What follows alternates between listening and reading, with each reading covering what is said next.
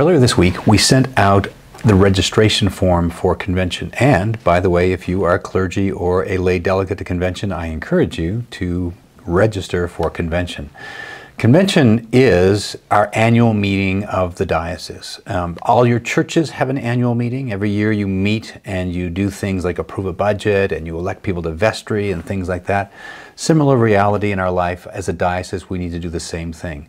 Convention, we call it here, our Constitution and canons call it convention. Other people call it synod, but it is the life of every diocese where the clergy and the lay people come together, or representatives of the lay people come together to think through the business and ultimately the past and the future of the church. It is It's an important meeting for the business reasons, certainly, of course, but it's also important because it's an opportunity for us to gather together. I am keenly aware of us here in the Diocese of Pittsburgh, as we get day in and day out, and certainly week in and week out as we worship together. We might be tempted to think of ourselves as just this little island in the middle of nowhere.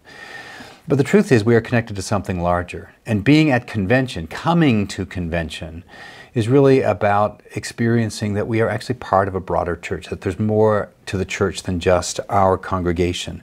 And that's good for us, particularly if we feel small and want to feel part of something bigger. But it may be also good for us if we feel a little insular and we need to realize, oh, there's more out there than just us. It's a helpful thing in that. So it is helpful to be gathering together. The writer of the Hebrews reminds us, let us consider how to stir up one another to love and good works, not neglecting to meet together as is the habit of some. Now the writer's not talking about convention, obviously. He's talking about the regular meeting of the church. And, by the way, we should not neglect to gather together as some are in the habit of doing. The next time you're tempted to stay home from church, think, well, I don't particularly want to go, but the people there might want to see me and it might be an encouragement to them. But I digress. The reality is gathering together encourages us.